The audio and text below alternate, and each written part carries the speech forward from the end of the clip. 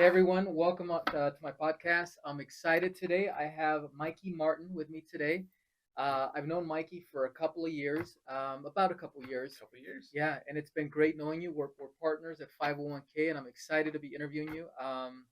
It's ever since I met you, you know what I mean? There was something special, something unique about you. And then I actually got the opportunity to work with you. And it's been fun, man. It's been fun. I mean, I'm impressed with how articulate you are, how persuasive you are, your ability to understand and read people and situations. It's uncanny. I'm impressed with it. Still trying to figure out what book you read to get that good because it's really stellar. Thank you. I love your ability to be able to focus and get things done. Right, like we have a lot of projects that we work on, and sometimes things got to get done. And when you decide you're gonna get something done, it's like We're gonna get it done. everything else disappears. You're just laser Focus. focused, and I love that. And that's a valuable skill, especially in today's day and age, right? It's with all the energy drinks and all that. It's hard to focus, right? So Yeah. you're a visionary. I love that about you as well. You're able to, we sit here and we have these, visionary sessions, right? And your ability to be able to see into the future with clarity, with so much detail, exactly where we're going to be, exactly what it is you want, and what you're going to have, is beautiful. It's beautiful. Thank you. And then lastly, I mean, and there's I could keep going, right? But just for now, it's your fearlessness, right?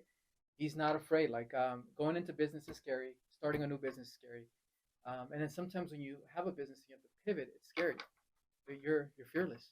It's scary when you think you have somewhere else you can run, but when you know that no one's coming to save you and you are the backup, you're just like, all right, like here we go. We're gonna jump in, and it's like you're gonna have to have that confidence in yourself that you can figure it out. Yeah, Crazy. yeah. No, absolutely.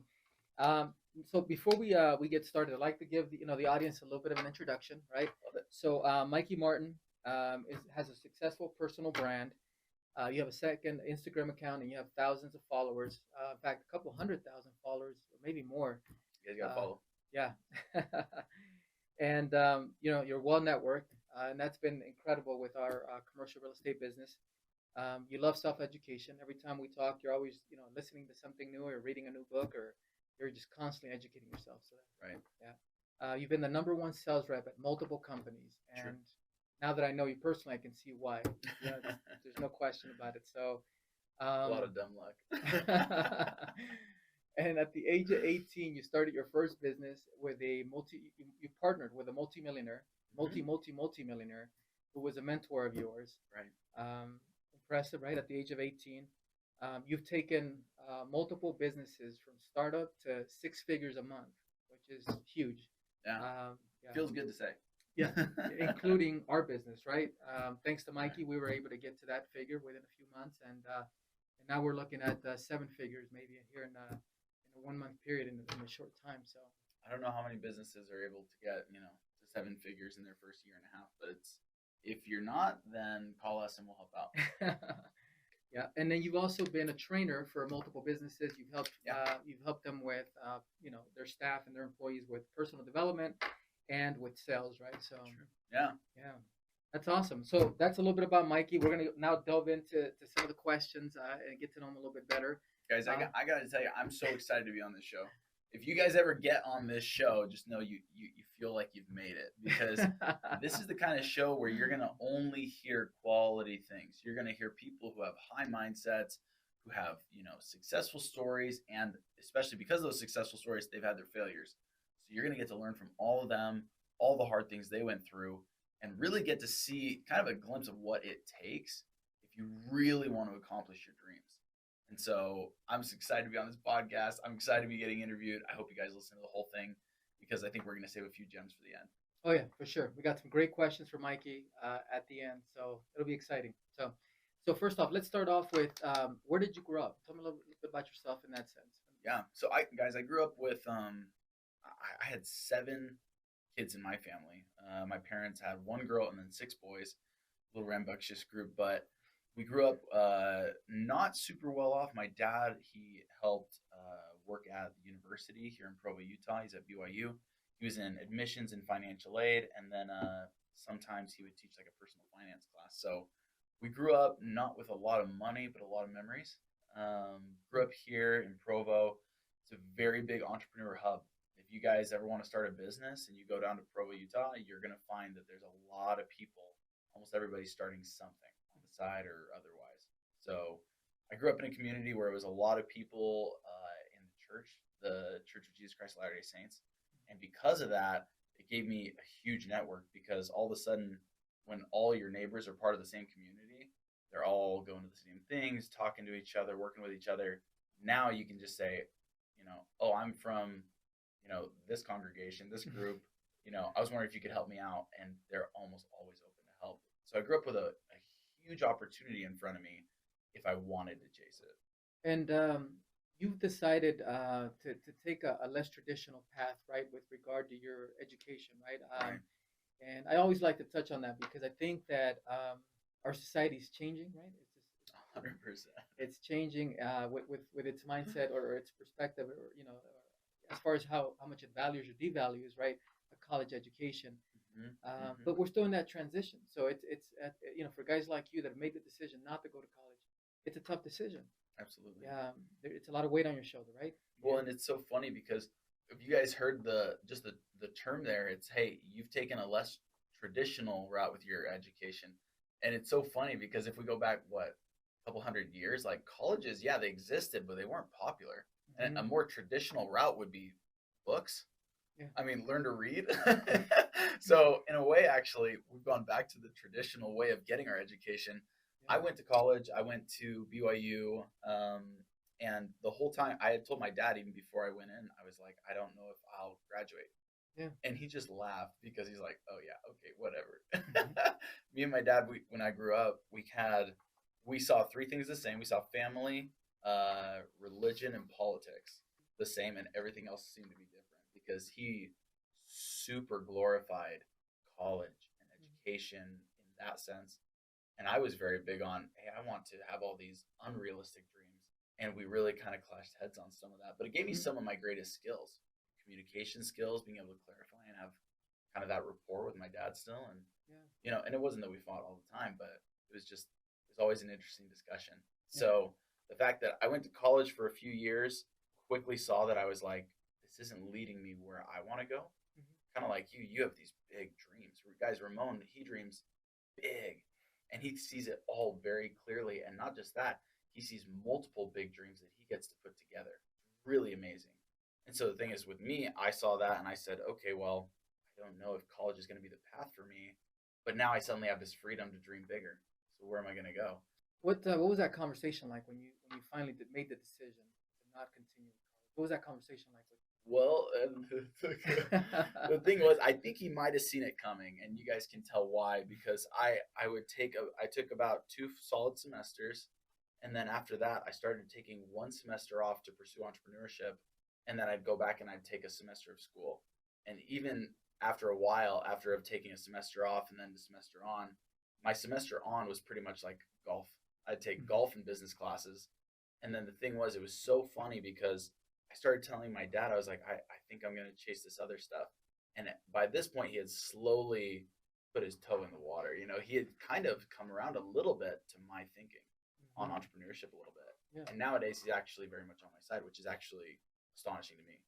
But after taking 1 semester on, 1 semester off, I talked with a mentor. His name's Corbin Church, worth hundreds and hundreds of millions of dollars. This guy has sold over 5 businesses where he made over $100 million on each one of those. And he's very successful. And I went to him and I was like, do I need this degree? And I was so worried he was going to say yes. And he was like, well, are you a self-learner? And I was like, yeah, absolutely. And he was like, are you a self-doer? And I was like, more than anything. And he was like, good, get out of here. And I was like, where do I go? And that's where he was like, sales. If you're going to do business, you need to know sales because you need to understand people. And I was like, okay. So I spent the next several years, and it was so funny because I spent the next several years just taking every sales job I could. And I'd take about 3 or 4 months, and I'd learn the sale. I'd learn how they did it in tech, in automobiles, in door-to-door, in all these different industries. And by the time I got to the point where I could be number one relatively quickly, I was like, oh man, I'm actually starting to enjoy this. Hmm. And that's where I was like, okay, I think I've got it. It's probably time to start a business. Yeah. But it took some time, it took some guts, guys, and frankly, it wasn't a walk in the park. Sales is not fun. It's a rough ride at the beginning. Yeah. And the other thing is that it's like during this whole time, you're not really making a ton of money until you start being number one. But then once you're even number one, my strategy, I kept going, okay, I'll make several thousands of dollars and then I'll leave that job and I'll go try entrepreneurship again. And the funnier thing that I think nobody really saw was that I actually took more college classes after I dropped out. Hmm. I went to the business building. I'd start sitting in. I'd ask the entrepreneurship law teacher, hey, how do I do this? I'd go sit in on marketing classes and I'd learn stuff because suddenly the education made sense and I wanted it. And that was Right. one of the sources I could get it from. Yeah. Books, teachers, however you can get it, you've got to be willing to put in the time. And man, it doesn't come naturally to you. You got to grind in it for a bit before you'll actually pick it up and understand it. I'm curious about something. What do you think? What it is? Was it about you specifically that was different that allowed you to become number one at all of these different? It's a great question. Um, I think the thing that I learned over time was that you have to put your whole focus. You have to do all the little extra things that you can do, the things you can control, right? I learned that the three or two times that I really, really, really get frustrated or stressed out, or when I do one of two things. One is I either focus on things that I can't control. And I think a lot of people fall into this. Right. Right. If you're not actually paying attention and saying, what can I control, you're going to get really, really frustrated. And I think the other time is kind of when I let other people decide things for me. But the bigger thing there was the thing that I realized later was that your routines and your habits are the things that are going to make you number one. And if you're in a sales situation and you got a sales team and you're doing the same thing as everybody else, you can pretty much expect to get the same result.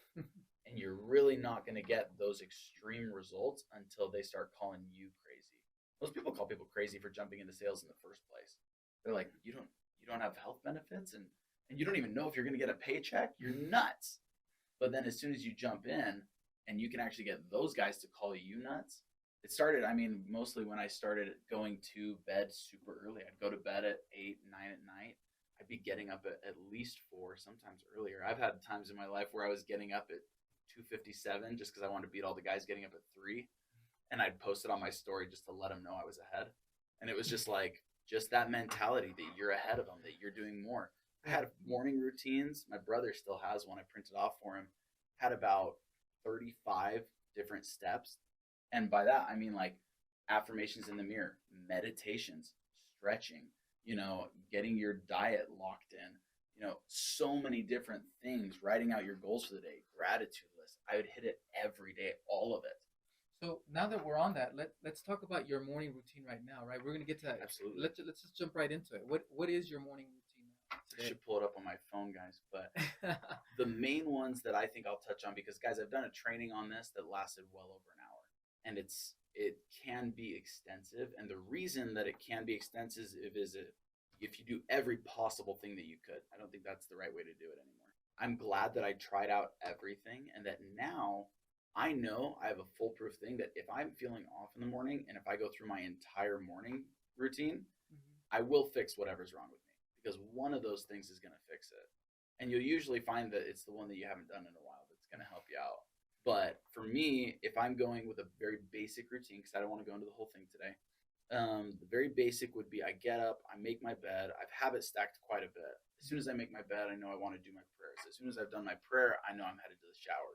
As soon as I know the shower, I know I'm doing my teeth and my hair, whatnot. Right, right. I actually do shower before I go to the gym in the morning, which some people think is weird, but it actually helps me loosen up my muscles. And it helps me get in the zone, because when I'm in the shower, I'm actually usually watching motivational things or actually doing affirmations. You do a hot shower before going to the gym or a cold shower? I've switched off, but typically a hot shower because I will loosen up my muscles. Yeah. More recently, Ramon's got me on a thing where I've done just ice shower the whole time, partially because we saw a study that says it boosts human growth hormone and a bunch of other stuff. But yeah. Well, and by the way, I do the morning shower before going to the gym and after I come back. But the morning shower before the gym for me is so important because you're talking about warming up your muscles. For me, it's almost like it warms up my mind. It's like it Huge. yeah, because your mind's just like screaming, right? Like, All the time. and you're having, In a good way. yeah, and you can barely breathe, right? Because because the way that that I've suggested, Mikey, yeah, and I got this idea from somebody else. Who's just jump in cold turkey, no warming, no warm water, and then cold water, no, just straight cold water first thing in the morning, It's a billionaire attribute. It's something and that all these guys do. yeah, and that's what Crazy. I'll do right before I head out the door. So right before I head out the door, there's a number of things I do before that, but yeah, man, it just wakes you up. You're Better than a cup of alert. coffee. Yeah, You're gonna get that alert feeling. You're gonna get that norepinephrine spike. You're gonna be focused. yeah. And then you head to the gym, and then what are those? What does your head do after you've focused it like that? The whole time you're at the Just gym, sharp. Yeah, oh yeah, and then you take your little pre-workout drink, and then what I mean. You're just lasered in. guys, it is amazing. So many people think if they get up and they're drowsy, they're not gonna have a good morning. If you get to bed early and then you get a nice shower, like you are at the top of your game and you're up, which means you got hours ahead of everybody else. Yeah. Crazy. So you're saying so you do the morning shower, and then what do you do Morning after? shower. I do 15 minutes of meditation. I make sure that I do affirmations in the mirror. I have a bunch of sticky notes that I put up on my wall that all Mhm. have these different reminders, quotes, things that have helped me over the years to just shape who I am. Because the thing is, I really believe, guys, that you're not really necessarily born as you're going to end up. You're born with the potential, but you have to sculpt it. You have to tell yourself every day. Ramon was saying at the beginning that I'm persuasive.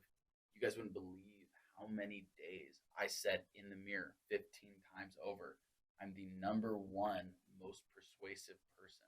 I'm the number one entrepreneur. Like, and I would go into detail. I'd start explaining to people. I'd say a lot of it's natural, but I do use a lot of different techniques and things that I've learned Yeah. to help persuade people. And then suddenly it comes around, and it's like, but you really have to stick it out, and the universe is going to test you on it. So my morning routine is based all around getting myself feeling right and also shaping myself to who I want to become. Love that. Do you have a night routine? Night routine is important. Night routine starts at 8 o'clock, lights go out. If you guys want to actually be asleep by 10, you need to start turning out your lights at 8. And that means getting off your phone. There are so many things. Everybody goes, what would I do with all this time? And I'm like, you're already telling me you don't have enough time in the day to get what you want done. And now I say turn off the lights at 8. What you're going to do is you're going to set out your clothes for the next day. You're going to do any of your grooming. Some people like to take a shower at night. I think a stretching routine is really good. You should be doing breathing exercises. Wim Hof is great. Get in your 8 minutes of breathing. Yeah. No one's ever ended their day bad if they did their breathing. The 5 minutes before you go to bed is the most important 5 minutes of your day. You're going to tell your brain what's actually happening. You're headed back into your theta alpha state. And if you guys want to have a good morning, nobody gets that the preparation starts with your night routine. For me, I love to make sure that I at least wash my face. It's going to make sure that my brain can drop that 2 to 3 degrees so that you can pass out and go to say a prayer. I make sure that I'm actually giving some gratitude. I love posting a gratitude text on my social media. You know that's where my focus is. Changes my whole night. Yeah. My life, actually, guys. If you do a 30-day gratitude challenge, post 10 things. 10 things on your Instagram every day. You will love it. It's worth more than money. So my night routine is really meant to boost my morning routine. If I miss my night routine, guys, I'm going to have a hard time getting up the next day and killing it. And if I miss my morning routine, I really don't feel good. Like, I'm at the point where it's like, I feel like I let myself down. So that night routine is so important for me because, man, if you turn the lights off at 8, this is amazing, guys. This is amazing right here. If you turn the lights off at 8, right, you're going to be able to get all of your chemicals in your brain right? You got your melatonin that's going to be going off. Your adenosine, if you guys haven't read the book Why We Sleep, absolute killer. My girlfriend just finished it, changed her life. But your adenosine is your sleep pressure, how much you want to sleep. It's building up throughout the day. And if you guys miss this time, 10 p.m., right, you got to be asleep before 10. Because at 10 o'clock, your body's going, oh, there's a reason we're staying up. Let's give it the second wind. Let's keep this body up. But man, everybody I know goes to bed at like 10:30 and they're like, I can't sleep. If you're asleep, if you're putting out those lights at 8, giving your body those signals, we're going to bed. You wash your face, you get ready, you get down, get in your bed at 9, you will be asleep by 10. And if you're asleep by 10, you're going to get super sleep. This is where I did it with my brother. First day I did it, I said, hey, get in bed, you're going to be asleep right now. We didn't even do the prep. It was like 9:30 or something. And I was like, get in bed. We turned out the lights, he got in bed. He woke up at 4 and went back to bed. And then he realized that he couldn't sleep anymore. because he was that awake. Guys, if you want it, you can have it. But man, and that's where the morning routine comes in. Not to keep pushing it, but guys, this is how the billionaires become billionaires, because if you get that super sleep, you go to bed at 10, you're asleep by 10, you get up at 4. What's going on with your body at this time? You get up at 4, your brain waves are right between theta and alpha. It's a very impressionable state. If you guys can do this, I swear this is how you become number one salesman. This is how you get your dreams. Because if you guys can actually get to the point where you have theta and alpha and you're so impressionable, if I can then tell myself what I'm going to do that day, if I can tell myself how easy my tasks are, I'm not even kidding. That plus the cold shower, because that's huge, that will take all of the resistance out of the equation. You'll go to work and you'll have things you need to do, and normally you'll go, oh, I don't want to do that. It's gone. It's gone. It's gone. Try it out. Test me. Bill me. It's real. It's so cool. And that's how you reshape who you are. But it's a price, and it's not even a hard one. It's just going to bed a few hours earlier. This is a perfect transition to my next question. So, we have, people out there that are listening to this, right? Totally. And they're looking at this and they're going, wow, Mikey Martin is so driven, so motivated, disciplined. And there's something inside you that makes that possible, right? There's something, Right. a fire that's burning inside you that makes this. What is it that drives you? What is it that you're running away from, and what is it that you're running towards? I mean, Sure. what fuels that jet fuel that's Let me give you the short version, and then you can ask more questions if you're sure. interested. Short version was I went to school here in Utah, and I met a great girl, and we started dating when I was like 14. You're a young man, you're just trying to be cool and get a girlfriend. But this girl, I had a real connection with her. We dated a bit over a year, almost a year and a half. And the thing was that, it's my first real big, longer relationship, and I'm a very loyal person. And so the problem came when I didn't realize we were teenagers and that you're going to date around, and that's kind of a thing. So we dated for almost a year and a half, and then she broke up with me for another guy. She told me she didn't want to be in a relationship, and then a week later she's with the other guy. Me being Mr. Loyal, I was like, man, I've already built up this fantasy in my head. I let her come back to me after that guy. And then she did it again. And my loyalty, and I think this is a strength, and I think that's a beautiful thing, I let her come back actually a second time, because I was going, she was just confused the first time. Second time, she's just checking.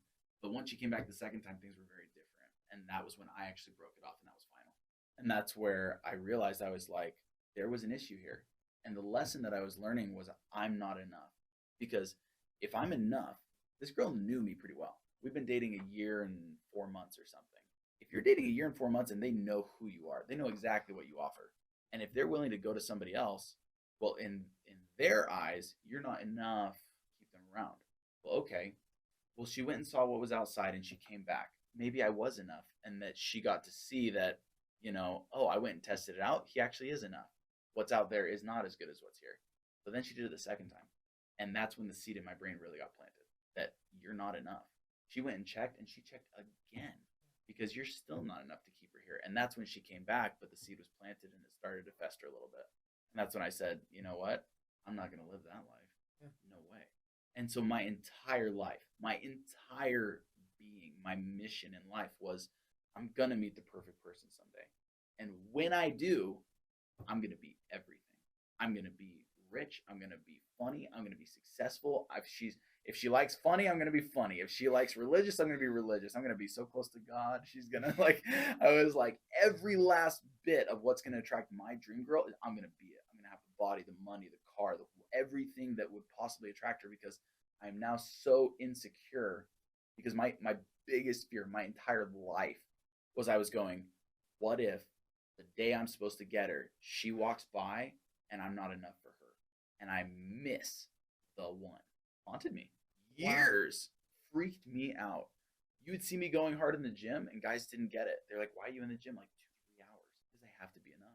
Why are you working on all these businesses and taking all these unnecessary risks to get rich? Because I have to be ready when she's here. Man, oh man, you wouldn't believe it. I guess I should have mentioned earlier, I told you that the things that'll knock me off my game, this one no longer exists, because I've kind of found my girlfriend, and man, she's awesome, and she's everything I ever wanted, and we're planning on, making things official. So it's like, But the thing that used to be my biggest rocker, and you can ask my brothers, it was if I found a girl and she'd reject me. And it was so funny because the thing was, I'm basing it off of my outward everything. Hey, I've got the money, I got the car, I used to have two cars. I was like, I've got a truck and a convertible sports car. If take your pick. Like, if you like me for this or that or my business, like, I don't care as long as you're going to pick me. But when I would go and I'd date a girl or I'd find a girl that I really liked, and then she would choose someone else, well, the comparison game starts. And I'm sitting here going, what? Why would she pick him? Yeah. And it would mess with me so hard. Or there were girls that I was like, man, I'd see them and I'd be like, oh my gosh, I'm so picky with girls, by the way. I'm so picky. But I'd find the one that I was like, oh, I think she could be it. And I'd find out that she was serious with her boyfriend or even engaged or maybe getting married like right then or something like that. And it would just mess with me. I'm the most charismatic, just nice, funny, positive guy, guys. So when you see me like in a total funk and just like depressed, it's shocking. And that's when my brothers are just like, oh my gosh, are you okay? And I'd just be like, oh my gosh. It would knock me off my game so hard. But all that would do is it would water the seed, right? It would keep growing. You're not enough. And so that's where my dark fuel came from. That's a lot of pain. Well, and it was my whole life. It was depression for the first 8 months, and then it turned into just fuel because I finally got to action instead of letting it just eat at me.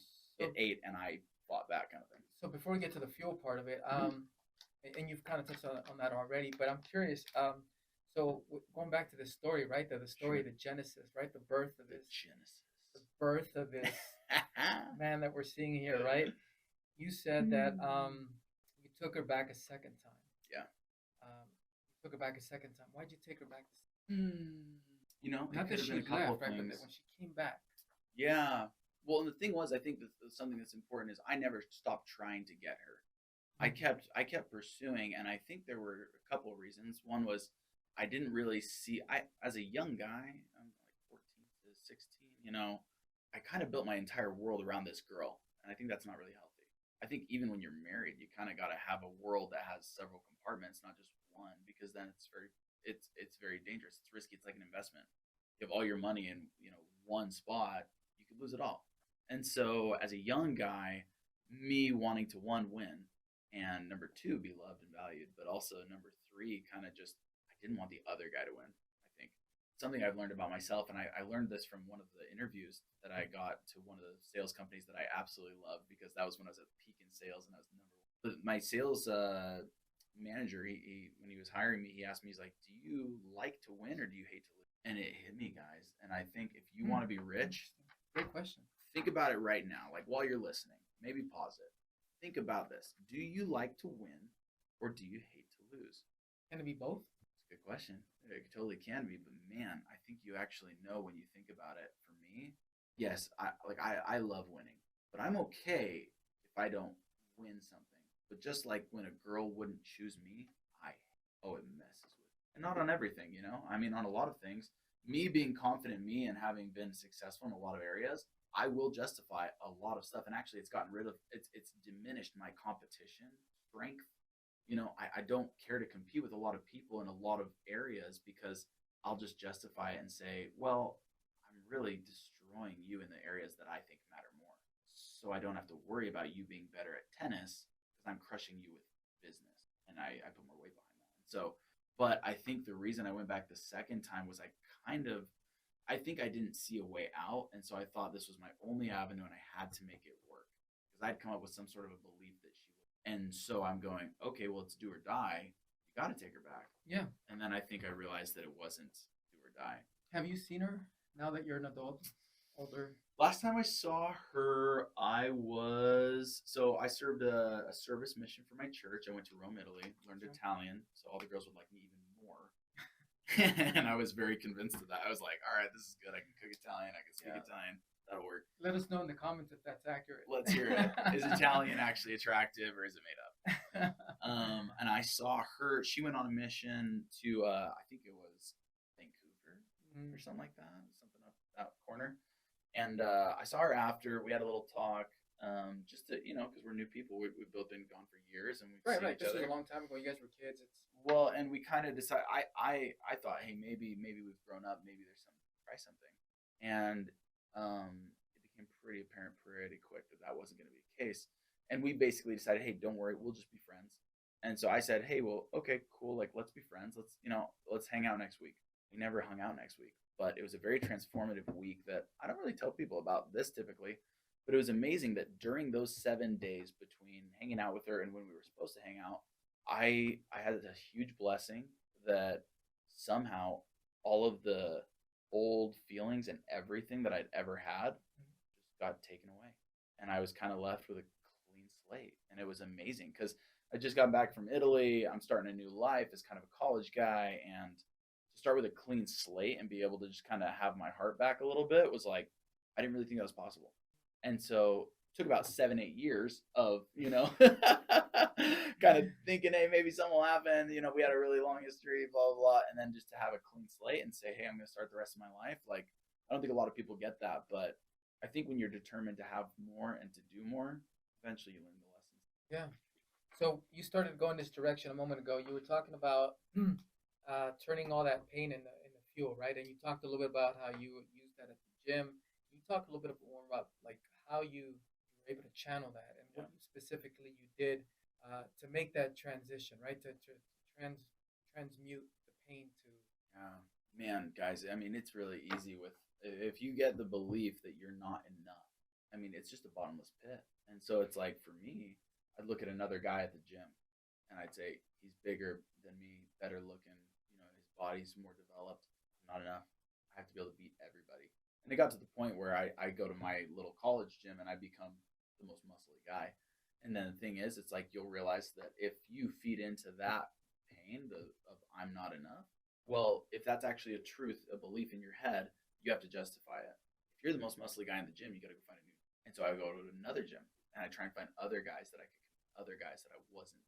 And if I couldn't find a gym with guys that were better looking or something, then I would judge myself against probably my future self, my impossible, limitless potential, like that you think you could hit every measure on everything. And if we're being real, actually, I'm going to be straight up.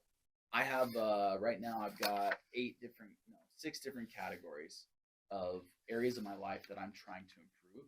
We've gotten a lot of those close to 100. And a lot of those were, for me, it was important to have, hey, I want to have, good clothes, a good car. I want to have money in the bank. I want to have business prospects. I want to be God. I want to have a great dating life. And it was like a lot of those things I've been able to, over time, really rack it up, all of them. I love my Porsche. I absolutely love making money with Ramon. It's like I love taking care of my family, wearing nice clothes. I love chasing that, that perfect life. And the thing is, I mentioned this to Ramon a while ago, and my thing is that it's like eventually with a lot of people, you're gonna get to the point where you're gonna get a lot of self development going on. And if you go to therapy and if you're really growing, you're gonna actually get rid of some of that pain. And so it's a good thing to get obsessed if you're not running from something as much right now, which again sometimes that's just because we're ignoring the pain. Maybe not. Maybe don't ignore it. But if you have gotten through maybe some of your trauma and you're looking for new fuel, get obsessed with just chasing down your new dream life. Like chase it. Like write it out. Like Ramon said, visualize that. Write it out every day. Write it out every night too. Write out everything you want and make it 10 times bigger. I've got dreams that are going to cost billions. In fact, that's perfect right there. I got a couple of final questions I want to ask you. Yeah. And one of them, before you go off into it, because that's exactly where you're headed. Where do you see yourself in 10 years, right? 10 years. Right? So we're recording it here. Sure. 10 years. Where do you see yourself? Oh, I can't wait to watch this in 10 years. Because we're going to do 10 times what I'm about to tell you. That's right. Me in 10 years. 10 years. So me and Ramon are building a real estate company that is going to change the world. It's going to be dealing with trillions of dollars. That's going to take a little bit of time to help with culture shifts and everything else to actually accumulate all of that business. So that one will eventually be doing billions for me, but not until I can create billions for everybody else. And that's I've got other companies that I expect will be able to help me in my private equity practices and stuff to be able to create multiple billion-dollar companies. But first, we have to create the mechanism that's going to do it. But I believe in the next 10 years, that will probably produce somewhere, probably its first 2 or 3. If we're hurrying, it'll be our first $3 billion sales, multi-billion, hopefully. And then I think my first $1 billion sale will be a company that I was creating a couple of years ago, and luckily the management decided to shut down the company, and I was very upset. But that's what led me to working with Ramon and getting into real estate and all these other things. And I'm going to bring that company back, and I believe that will be my first $1 billion company. And I think we'll be able to sell that for $1 billion probably about 5 years from now. So, guys, in 10 years, the thing that you should be looking for is, have I built my castle? And I can explain that to you guys on another episode if you want, just to create some mystery. He's obsessed with castles. I'm going to be building a giant castle, and it's going to be a great way to help the entire world, and you'd be amazed by it. But so multiple billions, a castle should be pretty much built, and not everything that'll ever go into it, but it should be built. And I should have at least 1.5 billion people that know my name, and that's a brand. But so 10 years, that's what we're looking at, and I can't wait to watch this. Children, I'd like to have at least 5 kids. I think in the next 10 years, we might have all 5. Not planning on having kids for at least 2-3 years. But, so in 10 years, maybe we'll be on kid number 5. Or kid number 5, I'm going to guess they'll be on the way. Kid number 5 will be on the way. It might be an accident, but we're not going to tell him that. What's his or her name going to be? That's a good question. Oh, maybe Ramon. We'll have to go with something good. Ramona, if it's a girl. Maybe we won't give them names by that point. Maybe y'all be weird. I don't know, something. AI will take over at that point, and then actually he or she will have a number. There's no names, just a number. Poor kid. Yeah, she'll be C5-345.2. You're gonna be beautiful. Yeah. So final question. Awesome. So if today was your last day, for whatever reason, right? If today was your last day on Earth, what 3 things? 3 things that I'd want to be remembered by. Mikey Martin is no more tomorrow. Yeah, I want to be remembered by. I'd like to have people remember that I made them laugh. I really love that about myself. I can make people, and I think that's a beautiful thing, because I had some time in my life where I didn't laugh for months, and I realized, and I put it on my daily routine, that I wanted to laugh at it, because I think it's a beautiful feeling. I think it's just an amazing thing, and it usually means that there's some sort of a friendship. And so I think I'd like to know that I made people laugh. I'd like them to remember that everything I was doing, more or less, I mean, even our real estate company, guys, you don't get it. Like, a lot of it is really built around, we just want to help people. We want to create a better America, and hence a better world. And on a grand scale, that it's not even about us. And I don't think people get that. But I think that everything we were doing was really big and trying to help other people. And maybe the third thing was that I wasn't going to settle for not developing. I wasn't going to take the skills and the talents that I was given, as a God-given gift, and I wasn't going to develop those and multiply those. That I was going to fight. I was going to fight to get those developed to become the best version of me. Because, man, guys, for entrepreneurs, momentum is air. It's oxygen. We have to have that momentum. If we stop, we die. And if you're an aggressive entrepreneur, you're like a shark. It's like, you got to move forward. You can't go backwards. You're a predator. And if you stop moving, you'll die. You have to breathe. And so it's like, for me, I love letting people know that I'm going for my fullest potential, and I'd love to bring you with me. But, no hell or high water, I'm going to be going for that. I made you laugh, and I hope you understand that what we're doing is, but beautiful. If that was my last day, that would be what I'd want to be remembered for. Crazy. Beautiful. Yeah. Awesome. Yeah. Well, Mikey, it's been a pleasure. Thank you. It's been a pleasure interviewing you. Got to know a little bit more about you, right? Because we work together, but I learned some things that I didn't know before. So this has been very valuable. So, guys, listen to all the other episodes. This is going to be the most bomb podcast that's gonna take over the world. I hope this was valuable for you guys. Mikey dropped some pearls of wisdom, and I think I have no doubt that it'll be valuable to tons of people. I learned a few things. You know what I mean, not just about you, but about how to implement, right? How to implement and how to execute. Thank you for being on my podcast. Of course. Yeah, awesome. Well, thank you guys for joining us, and we'll see you guys in my next one. So, see you guys.